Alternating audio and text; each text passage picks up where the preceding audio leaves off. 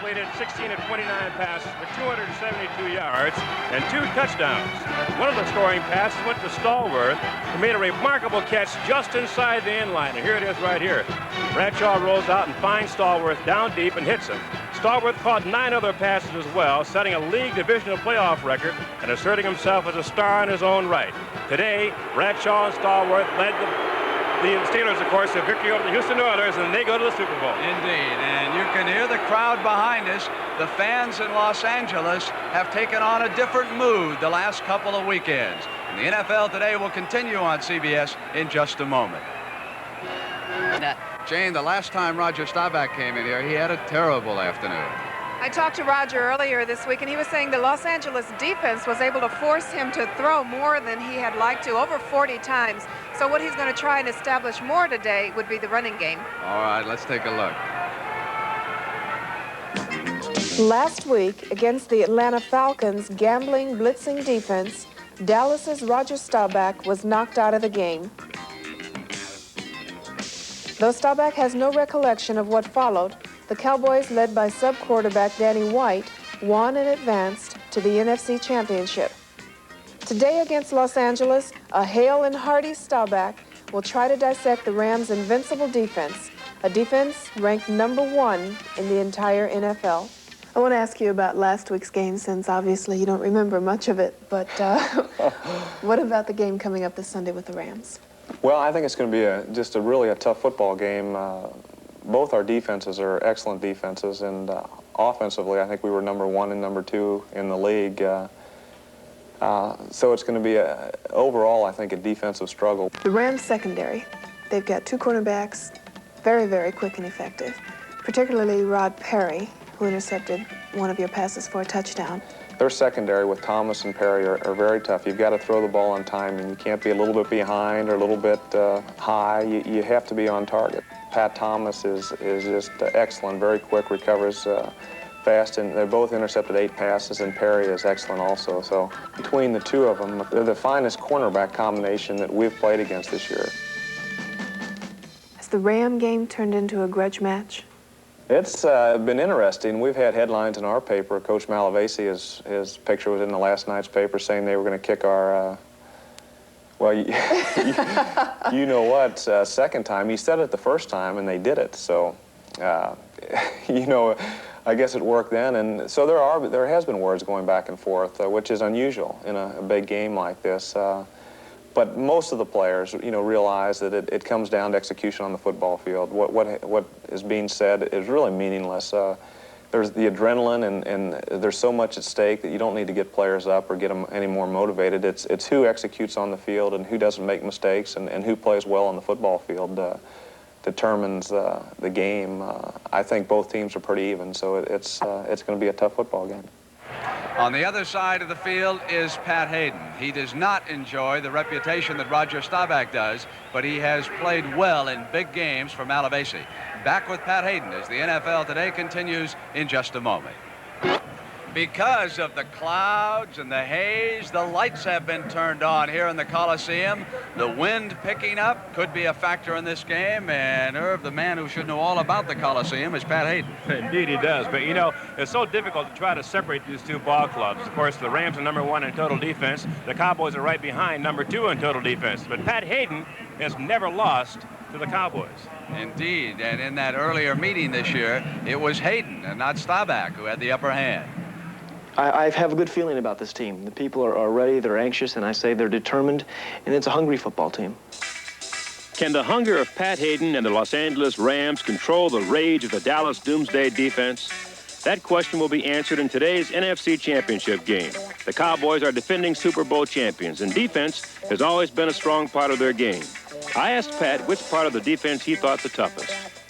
I think their front four is by far the strongest. They're incredibly tough up there. And again, they're playing much better now than they have in the past. Randy White can really rush the passer. He's so quick and strong for being a smallish defensive lineman, but he can really rush the passer. And of course, Tall Jones had a phenomenal game last week.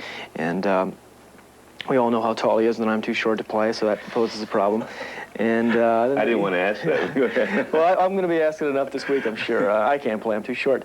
And then there's Harvey Martin on the other side, who's had some injuries this year, but you know he's going to be ready to play on Sunday. They're very, very good up front. This week, Pat, you go against Too Tall Jones. And Too Short Hayden for the Rams. And Too Short Hayden, yeah. What's your reaction to that?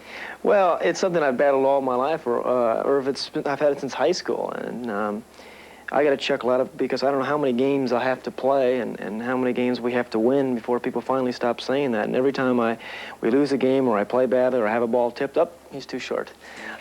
As you know, quarterbacks throw in passing lanes, and a 6'2" or 6'3" quarterback is not going to throw over Too Tall Jones. You hope you get good protection, you find a lane, and you anticipate where receivers are going to be, and you throw the ball that way. You beat Dallas earlier this year, 27-14. Will you execute the same game plan this weekend? Well, I would love to. It would be if we could score 27 points on them, it would be beautiful. But the Cowboys are a much better football team now than they were then, I think. We caught them the third game of the season. They were just getting untracked. And they've won 6 or 7 games in a row now. They're peaking at the right time. They've been in this spot before. They've won in these big games before. They know what it takes, and so on and so forth. So I think we're playing a much better football team than we did early in the season. The good thing we have going in our favor, I think we're playing good football now. We realize that this is a golden opportunity for us, and we want to make the most of it. That's not to say I'm not predicting we're going to beat the Cowboys. That's not to say we're going to run them out of the ballpark, but we're going to give them a good game. Lehman, what's the most important down for Hayden against that Dallas rush? Brent, I think it's very definitely first down, and I think what we will see today, I think we'll see a lot of formations on first down, and I think he will throw the ball a lot on first down. Okay, Coach, let's go down to the sideline now. No stranger to championship play either. Here's Jack Whitaker. Thank you, Brent. We've almost come to the last dance with this championship game in the NFC as Texas plays California to see who'll meet those big bad boys from Pennsylvania in Florida 2 weeks from today for the championship of all professional football. Traditionally, these games, the playoff games, have been much more exciting than Super Bowl. And here in the Coliseum today, not blessed with that harsh weather that inundated Pittsburgh, we're looking forward to a very exciting afternoon. We have Dallas, an almost perfect organization with a deeply talented football team, against Los Angeles, who might be described as 40 players looking for a team. But there is no Cinderella, underdog, wild card, magical moment come from behind ball club here. Dallas and Los Angeles both were expected to be here today, last September when this long season began. Dallas started strongly, they slumped in the middle of the season, and they came back to finish very strongly. Los Angeles was a little erratic at times and puzzling, but last week they rose up and smote down their archenemy in the playoffs, the Minnesota Vikings, and they come into this playoff on a very strong note indeed. We tend perhaps to philosophize these games too much. Early on in these playoffs, a participating coach was going on at great length about how complex defenses had become in the NFC. After 5 minutes of this, Johnny Unitas turned to a veteran coach and said, "Isn't that the biggest bunch of nonsense you ever heard?" And the coach said, "Yes, Johnny, they still play the game with 11 players, don't they?" Well, most teams do play with 11 players at a time, including these Rams and Cowboys. And it doesn't matter how many formations Dallas shows you or what Hollywood Henderson's remarks did to rile up the Rams. What matters is how they play today. And these professionals know it. If they play well, they'll go to Miami. If they don't, they'll go home.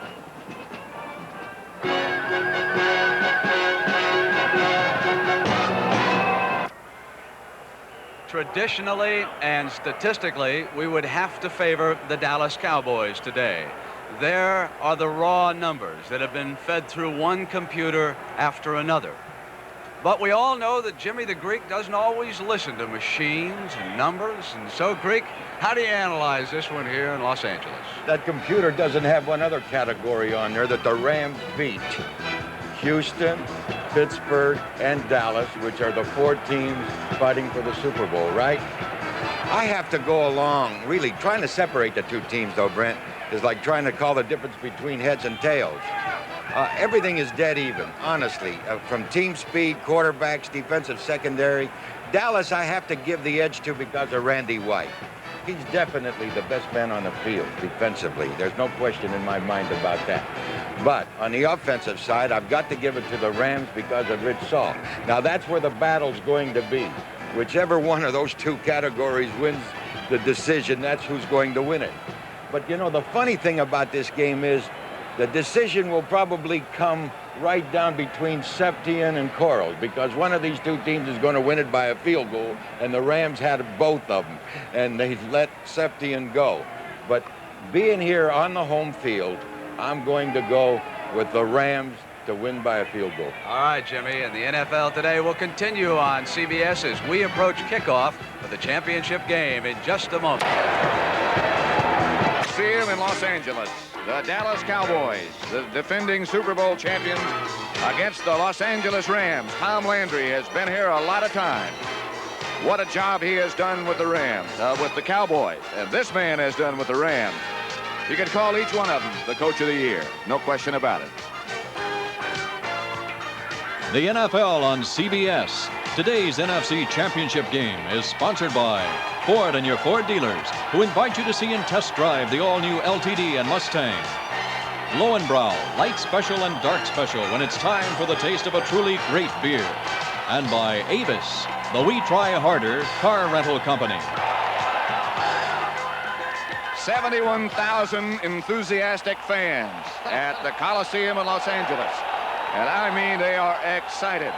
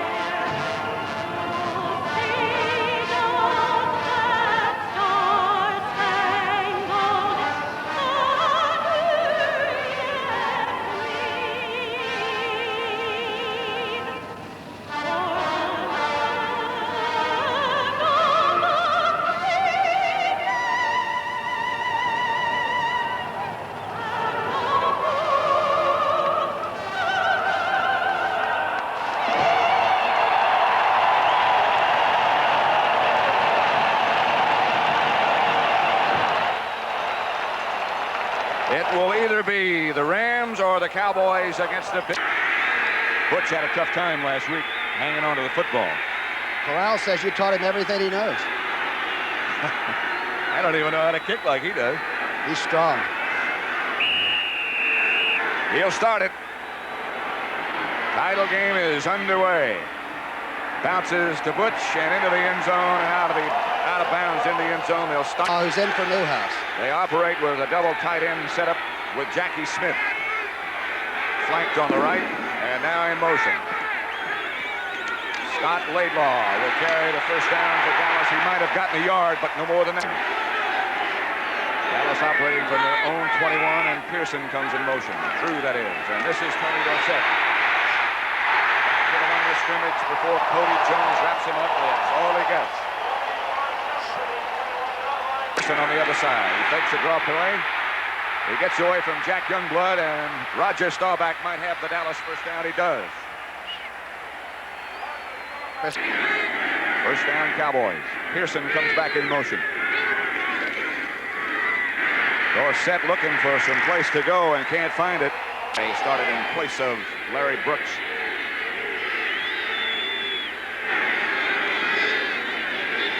Pearson comes out of the backfield in motion. The fake is to Dorsett, and Roger, with good protection this time, throws to Tony Hill. He's got it. He juggled, and perhaps with the juggle lost his first down before Rod Perry and Dave Elton at their own 42 and a half, perhaps. 11:14 left to play first quarter as Dorsett slips down. Sometimes you need cleats on the sides of your shoes, but... It rained very hard here all day Friday. Field was covered, but because it was so windy, some moisture got underneath. And there are some bad spots. If you look at Fred Dreyer, Cowboys are running the screen very well now. Last part of the season, they were really excellent at it. Good time for it right here. 2nd and 12. Sideline, oh. Drew Pearson made the catch. They call him out of bounds. Rod Perry was in good shape for an interception. Rod Perry has... That's a lot of the reason they can come up and dare you. Preston Pearson and Tony Dorsett are the two backs, but Roger operates from the shotgun this time.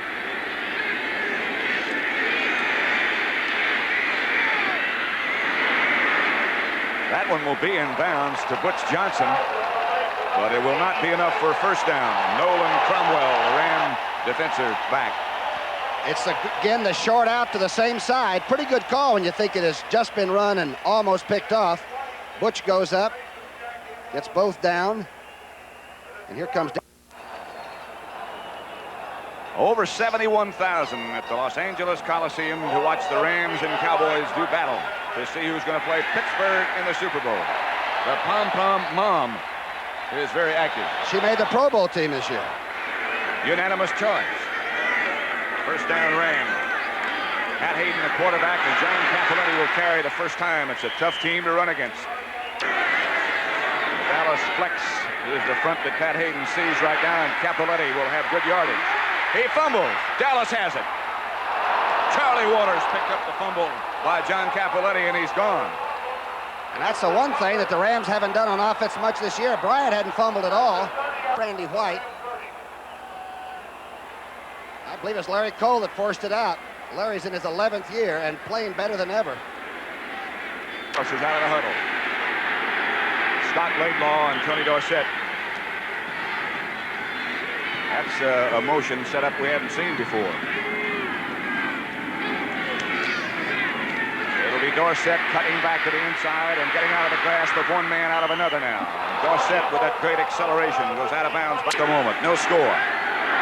9:21 left to play first quarter. Dallas at the Ram 22. Scott Laidlaw inside the 20 to about the 19. Should be enough for a first down. Mike Fanning made the stop. Fred Pryor and Mike Fanning made the stop. First down for the Cowboys. The number one defense in the NFL. That's Los Angeles.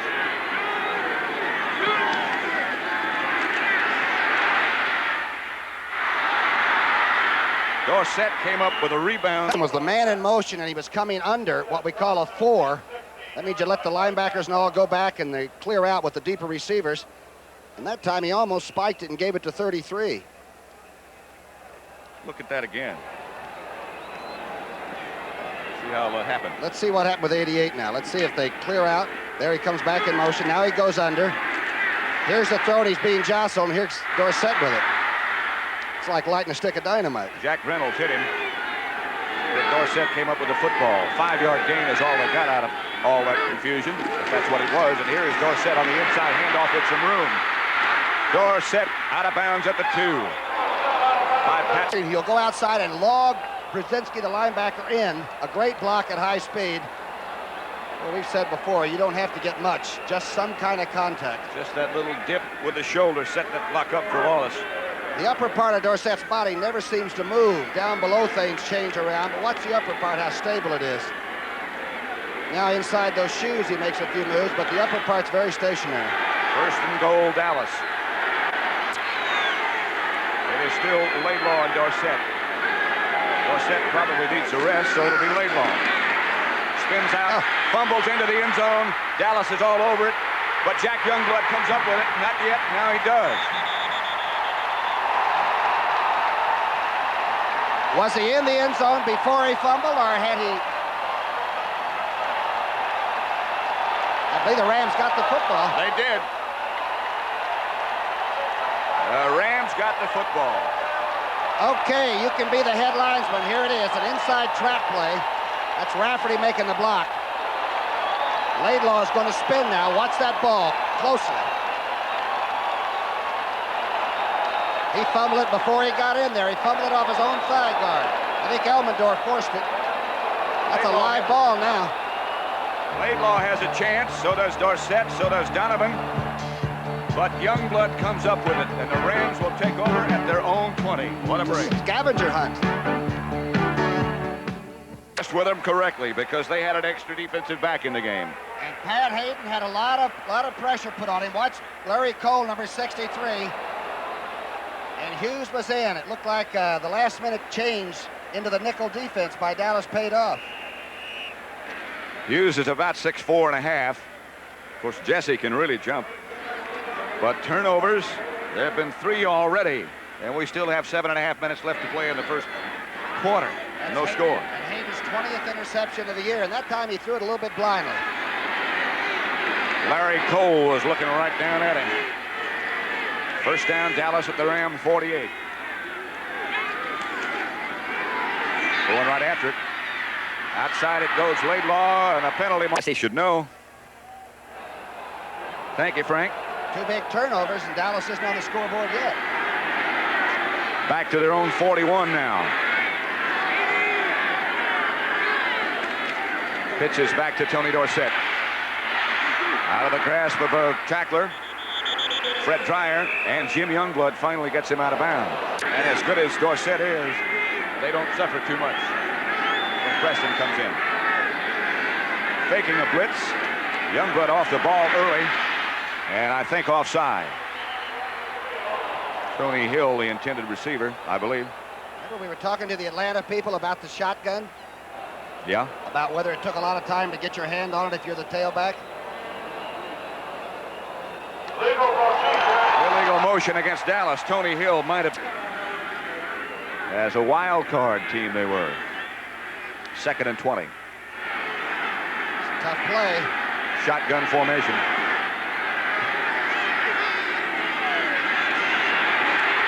Trying to set up a screen pass and does to Preston Pearson, but Jackie Wallace throughout the day. That's been an old and tough rivalry. Danny White back for Dallas and Jackie Wallace deep for the Rams.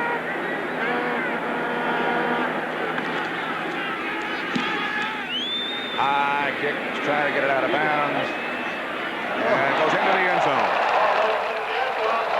Hit it about the 6.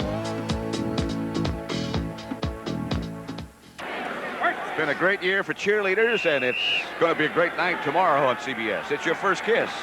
Charlie Brown. Make sure you add that. And White Shadow, which is a great show, you know. Yeah. Followed by MASH and then by Lou Grant. And the embraceable youths of the Rams look on with this most enthusiastic crowd. John Capoletti swings right to his left. Tackled, if you can call it that, by Cliff Harris. It was more like a ride. That time they handled Randy White and took him down and kicked Harvey Martin outside. He left to play in the first quarter. No score. Line of scrimmage, the Ram 31. Capoletti got 11. He and Cullen Bryant are the setbacks, and that's Bryant. He got 100 last week. He is stockways one-sided in Dallas' favor. 5 yards for Cullen Bryant. They get 2nd and 5 as Pat Hayden drops to throw and does throw. Capoletti almost to midfield to about the 48. And Nelson is on the roster at about 225. He's now weighing 240. And he could be the difference because he's going to make those Dallas safety men stay home a little bit. That's Charlie Waters, and that is Whistling Ray.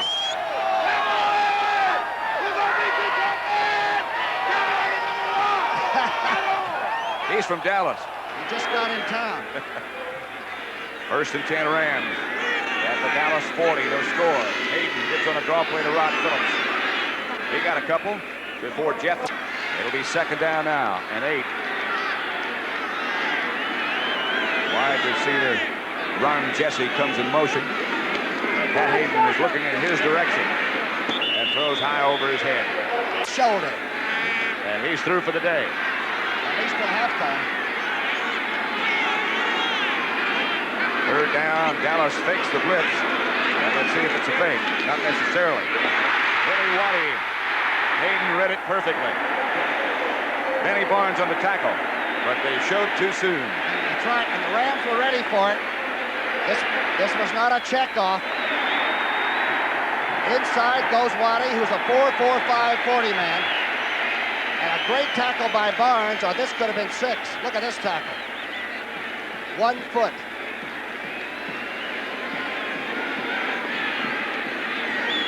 heck of a job by Hayden. He didn't overthrow it either. He just got enough on it to get it there cleanly. Rams got a first down at the Cowboy 30. A minute, 10 seconds left first quarter. Nothing game. That's Cullen Bryant, and Big Cullen bangs for about 6 before Bob Bruni. That's quite a tangle between France and the beautiful Harvey Martin. 6-yard pickup, 45 Eastern Time here on CBS. Pat Hayden is 3 of 5 for 34 yards. Looks to me like Waller and Malavasi all have a pretty good game plan. This Ram drive now in its 10th play. Pat Summerall with Tom Brookshire. And the NFC Championship game at the Los Angeles Coliseum. A quarterback draw by Hayden. Larry Cole and Bob Brunig, I believe, on the tackle. I don't think that's too good for the game plan, nor the quarterback. Still no score.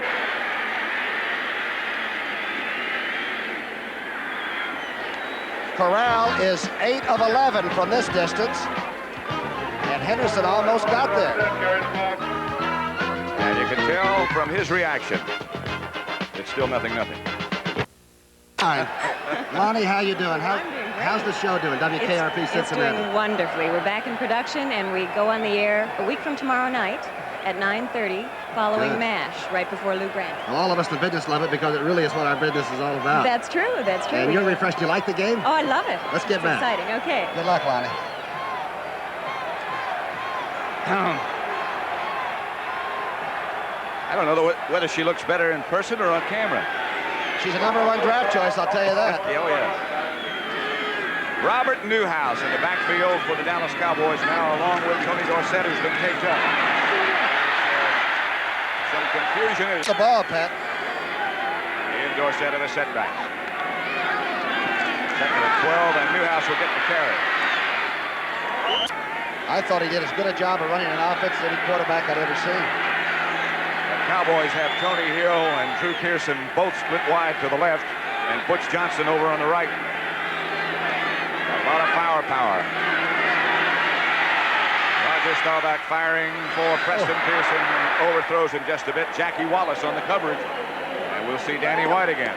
Pretty good coverage. That ball was laid out smoothly and neatly, but that's the only place that Wallace wouldn't have gotten a hand on it. The Pittsburgh Steelers overpowered Houston. We've seen Danny White throw from this formation, run from it, and punt very well from it. I have a feeling he's going to kick this one pretty solid. This will be number 3 if he does. Rams have not had to punt yet. Jackie Wallace back there all by himself. Number 11 is Danny White. They don't put any pressure on him. And he lines a good kick to Wallace. Wallace fumbles and got it back. Rams have the football at their own 29. First and 10, no score. Harvey Martin against Big Doug France, huh? And Ed Jones against John Williams on the other side.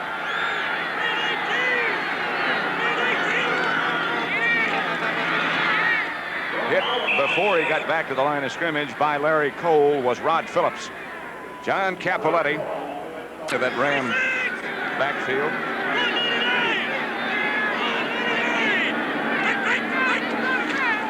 Hayden. That was Cullen Bryant, right straight up the middle. Best arm in California. I don't know about the rest of the body, but his arm is #1. Well, it seems okay. Hayden fires to the outside, and that should be Ron Jesse. Stopped by Benny Blue looking on. Scott Laidlaw almost had a touchdown for the Cowboys, fumbled into the end zone, and in the scramble, Jack Youngblood of the Rams came up with it. That was their threat. Cullen Bryant. 10 minutes, 10 seconds left before the half as Jesse goes in motion. Second down. Hayden this time with adequate protection, throws high. Haven't seen it yet, but now they have 3 speed receivers in the game. And Hayden drops. Hayden is being chased, but he's got a lot of room down that far sideline. Pat Hayden to the 40. And is taken down at the Dallas 36 by Cliff Harris. They've watched past Pat Hayden from West Covina to USC, Rose Bowls. And he had a 6.2 yard rushing average coming in. Now watch him cut it down. Good block by Saul on Ed Too Tall Jones, and Larry Cole has no chance from here on. Now he puts it away like he was taught in high school and takes what he can get. Hayden chased by Jones, throws. Penalty marker is down. The pass is complete to Jesse. Covered by Barnes, but the flag is down. The Rams offensive team had 133 penalties. The three wide receivers set up again as Billy Waddy, Ron Jesse, and Willie Miller are all in the game. The handoff is to Cullen Bryant, and he bangs down to about the 32, but again, the penalty marker is down. Boy, Dennis Harrah went outside that time and trapped Too Tall Jones, Ed, and stopped him dead in his tracks. Of course, Herky weighs 260. Offside, Dallas. And he's coming under. He'll come from the left side of your screen. Pretty good pass protection, a late rush on him, and a great catch by Jesse, who had 49 during the year. High jumper at 6'8", 26-foot long jumper at Kansas, a pretty fair country athlete. 30 years old now, but an excellent athlete. He comes out of the game now. Greeted by his Ram teammates, Bill Simpson, and here's Cullen Bryant. Ducks under a couple of nothing on the scoreboard. Frank Corral missed a field goal for Los Angeles.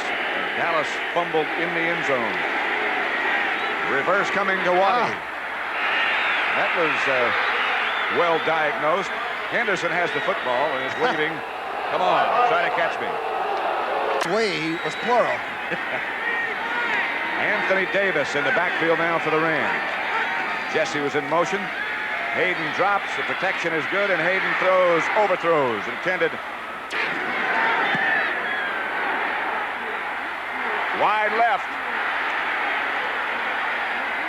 So I told what they doing after the 10-3, and this guy comes across.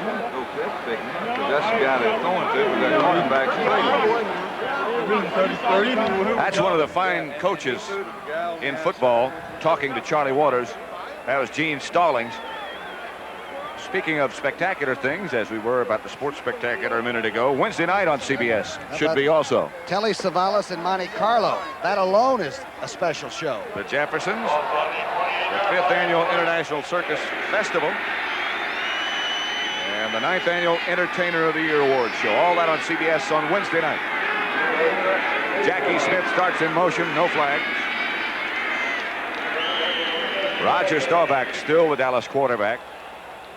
Robert Newhouse has joined Tony Dorsett. No scores yet. First game, Dorsett was held to 60-some-odd yards rushing, and the ball. Tyler, Elvis Peacock, Lawrence McCutcheon, and now John Capoletti. Roger Staubach down the middle, intended for Dupree. Intercepted. Simpson. Out of bounds at the 31. Safety man Bill Simpson. Now they say no. Not intercepted. They say he trapped it. It looked like he tried to get out and make sure he got his hands under it. He had 2 against Minnesota last week. Watch this safety man now. Here's the fake. The ball is really whistled, but he missed the receiver, Staubach did. Yeah, a little bit of grass maybe on the bottom side of that ball. Maybe. Very close. Billy Joe Dupree was. The left part of your screen. Now the right part, because Cody went all the way, the great polar route. He and Elmendorf met right at number 12, and Roger still fought the tackle. And they put the rush on, and White shanks it. Off the side of his foot. Whoa. And the Rams will have the ball in Dallas territory. Tom Mack and Doug France. That's Mack working on White, who is so fast at 250. He beat the block. Now he missed the tackle. Watch this. Whatever you got, you throw it in there. Kung Fu. He's got a farm down in Chester County, Pennsylvania, and raises his own food. If you ever see him working out, you'd probably become a health food addict. He is some kind of a specimen. See how fast he went by Mack? Very quickly. Ram third down as Hayden drops. his rush, and he'll scramble out of it for a little while. Len Walker for the first Ram punt.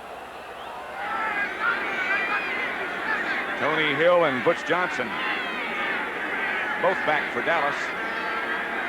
Walker's first activity of the afternoon as the Cowboys shift around. He's had 2 blocked this year, and he's going to get some pressure. Tony Hill, fair catch signal at the 20. They're surprised they haven't been doing better. Thank you, Mr. Gleber. Roger Staubach is not being conservative right now. He has Dorsett out on the right flank. He splits a couple and finally goes down.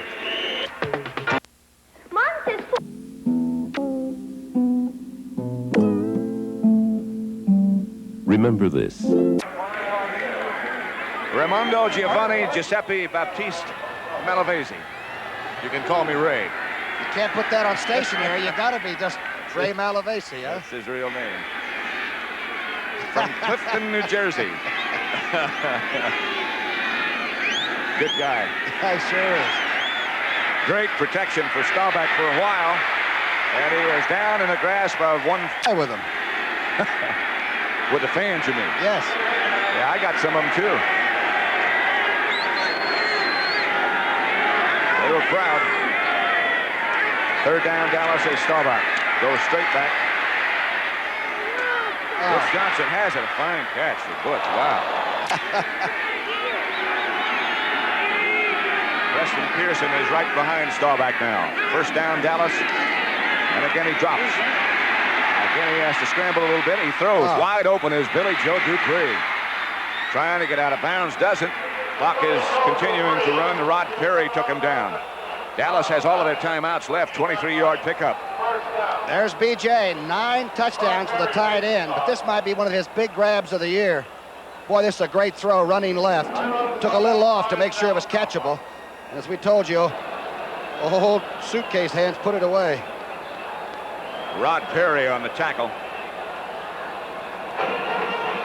Looks like Dallas may be able to control the line of scrimmage a little bit now. They're cutting people down earlier instead of taking them on high. Don't forget our NBA coverage on CBS. Next Sunday at 1:40. Highlights, by the way, of that game in the slop in Pittsburgh during the halftime, where it was raining, and I guess conditions there were just miserable. Not if you're a Steeler. First down for the Cowboys, and they operate again from the gun. And the man who runs the gun throws evaporated. They blitz. Thrown a little bit behind Billy Joe Dupree. 16 left to play in the first half. And no points on the board yet. The throw is through the hands of Tony Hill. And again, that sun factor you were talking about. I think they have a pass play for this formation. And a running play. We've seen him run. We'll watch him fake a run again. Henderson is down there in good shape, and Dallas will first half, and the Rams are. And Tommy, Jimmy the Greek, it's now a rematch. Pittsburgh against the Dallas Cowboys, and how do you rate it? Who will be favored? Brent, it's going to be extremely close, but I'm going to give Rooney's men, the Pittsburgh Steelers, a slight edge. A very small edge, by the way. Like Sounds a field about goal. like a field goal, right? Lehman, how would you analyze that game, Pittsburgh and Dallas? I thought the real key, where the Pittsburgh-Dallas game, I think Pittsburgh will win it also. Okay, very good. Let's go back to Pat and Tommy. And you can look now at the confusion and the happiness of the Dallas dressing room. There's Gil Brandt walking by. He's a big part of it, isn't he? He sure is. Talk about contributors to that program. Gil Brandt would certainly be one.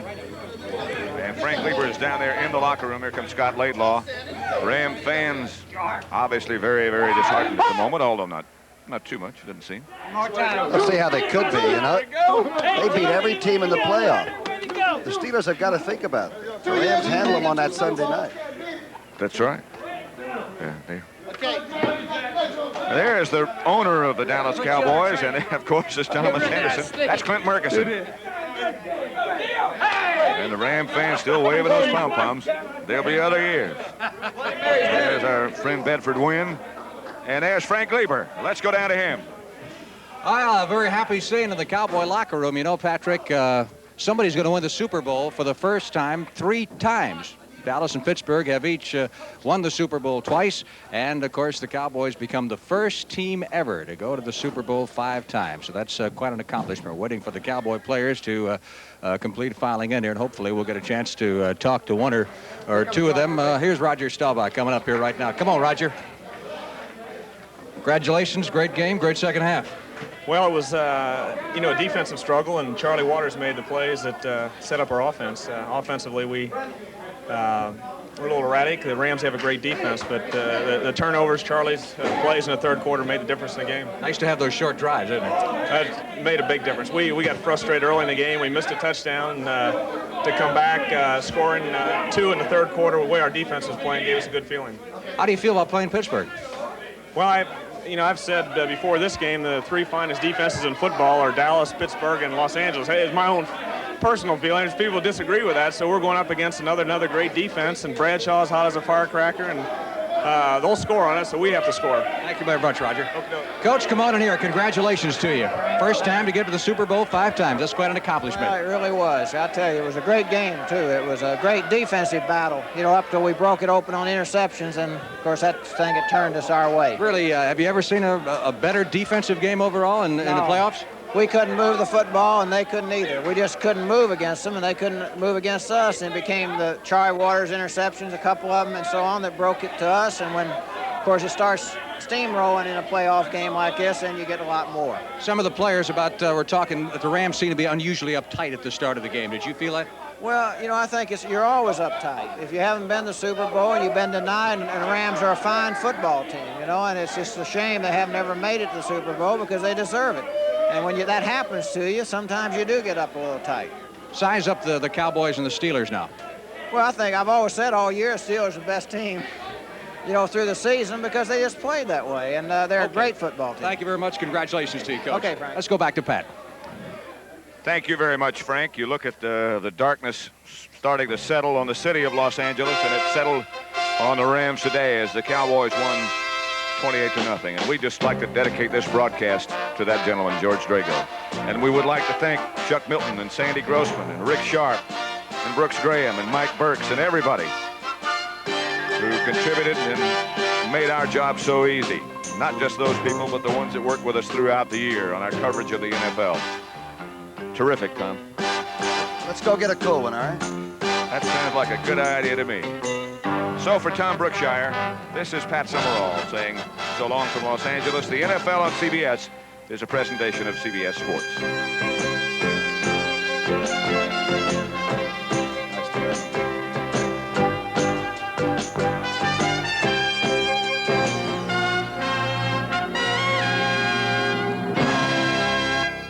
This is CBS.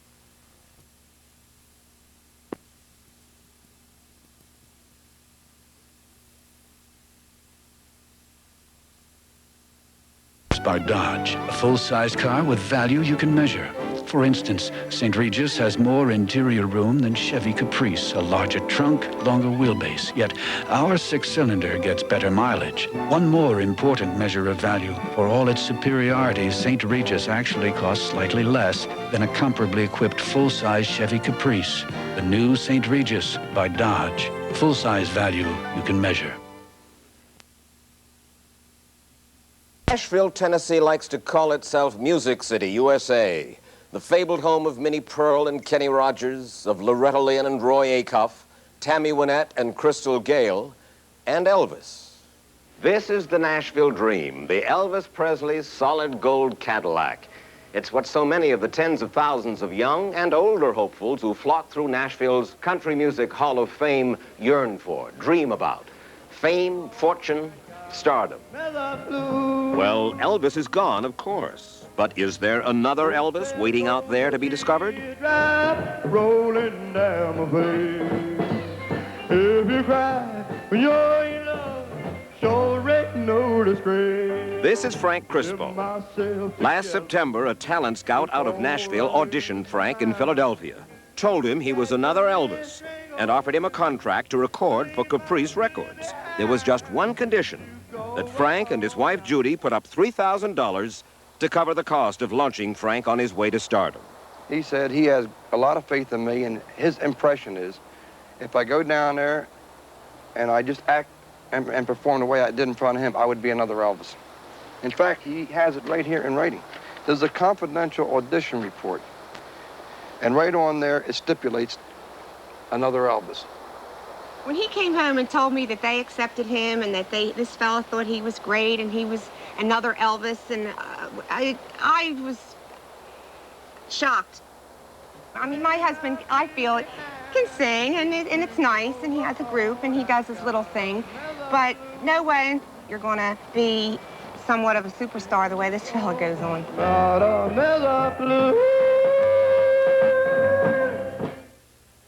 Another Elvis? This is not just the story of Frank Crispo. It is equally the story of thousands of other hopefuls who trek to Nashville each year, beckoned, selected by talent scouts, but who come home disappointed, embarrassed, and minus thousands of dollars. Take Frank Crispo. Right after Caprice talent scout Ben Barton offered him a recording contract, Barton dropped the other shoe. Frank would have to pay $2,966 to Caprice. Frank told us he smelled ripoff. We smelled a story, so we offered to foot the bill. We followed Frank on his drive down to Music Mecca.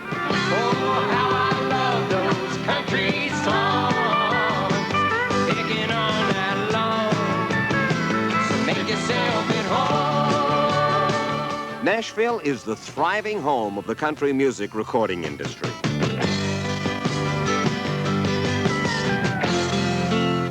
Millions of tourists come through every year. Record pressing plants operate 24 hours a day.